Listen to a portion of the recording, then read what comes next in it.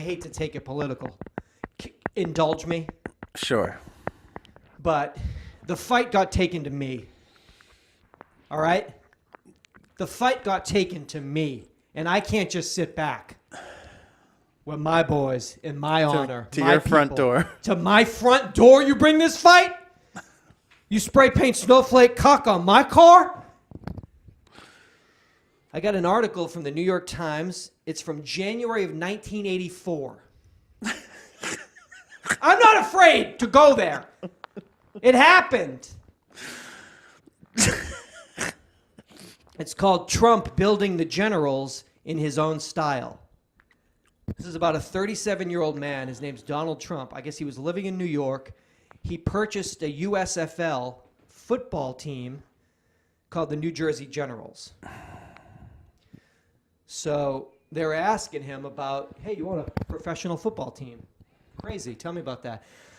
I've always enjoyed sports, starting from the time I was a kid. I was always the captain of the high school team. My favorite is football. Cool. I could have bought an NFL team. There were 3 or 4 available that still are available, including, of course, the Dallas Cowboys. At the time, the 80s, not the best decade for America's team, the Dallas Cowboys were, in fact, for sale. I could have bought an NFL club for $40 million or $50 million, but it's established, and you would just see it move laterally. Not enough to create there. Fucking okay. idiot. So what okay, did I'm listening. I'm listening to you. Seem to be a successful person. Tell me more about this lateral move. But the New Jersey Generals, he thought, that's different. Oh, my God. It's different, because I know. Listen to me. It's 84. The league is in its infancy. It could be more profitable, given that the less than $10 million he bought it for could help build a team that he hopes could challenge the NFL, thereby be worth in the neighborhood of at least $50 million. Mm-hmm. I feel sorry for the poor guy who's going to buy the Dallas Cowboys. Do you really? Sorry? I feel sorry for the poor guy who's going to buy the Dallas Cowboys. It's a no-win situation for him. Because if he wins, well, so what? They've won through the years. And if he loses, which seems likely because they're having troubles, he'll be known to the world as a loser. Oh, God. 5 years later, in February of 1989, a 46-year-old, an old wildcatter, out in the fields, the oil fields, got his hands dirty. Jerry Jones stepped in to buy this whatever this league, this lateral whisper of a fucking thing. Bought the team for $140 million. Now, 5 years earlier, this bad boy was for sale around 40 to 50. 5 years later, he gets it for $140 million. It's now worth $4.2 billion. The Dallas Cowboys are the most valuable sports franchise in the fucking world. That includes Real Madrid. It includes all fucking European soccer teams. The most profitable, the most valuable sports franchise in the world. Lateral move. Jerry Jones isn't being inducted into the Hall of Fame next month. That fucking loser. I feel bad for that fucking poor loser that's going to take $140 million and turn it into $4 billion and then be in the Hall of Fame and then win 3 Super Bowls. You fucking loser. Whatever happened to that USFL was around for... Thank you, Jonathan, for asking. Thank you, Jonathan, for asking. The USFL... They last like 3 years? Well, they last, Jonathan, exactly, 1983, 1984, and 1985. So he buys the Generals in 1984 for the 84 and 85 season. Now, there was a 30 for 30 ESPN documentary that aired in October of 2009, if anybody wants to dip in on Netflix. It's called Small Potatoes. Who killed the USFL? Let me tell you who killed the USFL. Now, they played their seasons in the spring. And this man, let me look at his name again. It says Donald Trump, who owns this team, he got all of the owners together and he convinced them that they should play the same time as the NFL. To go right up against them. Right up against them. Do not play in the spring. We go right up and we go right against them because we got the real league. So after this season, after fucking guy is just. he gets all the owners together and he says, here's the plan. Listen to me. I'm a fucking businessman. I got a small loan from my dad. I'm a businessman. Listen to me.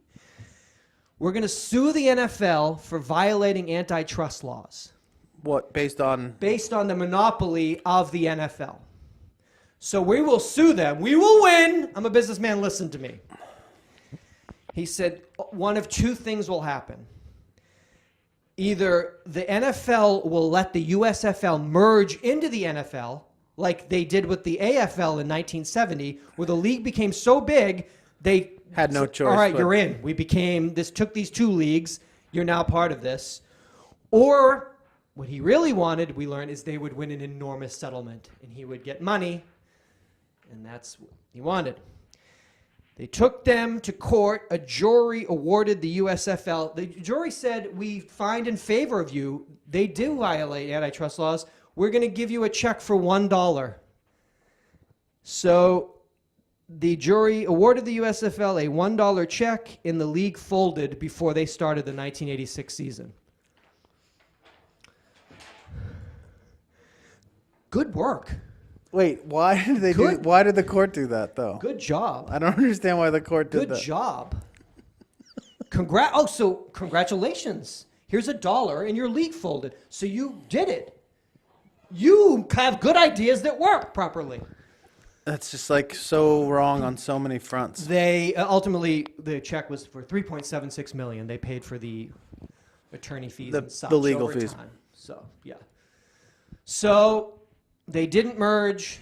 They were not awarded money. The league couldn't even start its next season because they didn't have a television deal, because the idea they had ESPN, they were going to go right against the NFL. It fell apart before the season started in September, and it ended. Mr. Jones, sorry I had to, you don't go after my boy like that. So again, he bought a team in 1989 for $140 million. And it's 28 years later, it's worth $4.2 billion, and he's being inducted into the Hall of Fame. That fucking poor loser. Yeah, he's like that dude's he's like just a legendary saboteur. It's like an all-time saboteur status. That's like his whole thing is just dragging people into like complete abject chaos, somehow convincing them that there's an idea here. But I think it's just he somehow, because he's at the helm of it, he scurries out and winds up late, and everyone else just is left to deal with just the mess, the fucking mess. It's wild. Sorry to go there, but he took it in 1984. It's just every fucking business thing he's ever done is like that, though. I mean, whatever he's doing, what he's doing to us in this country. But I'm just saying, a boy at the time, and I didn't know. And I was reading the New York Times in '84. It's like this. We can unearth these things. It's the beautiful internet. We can go back.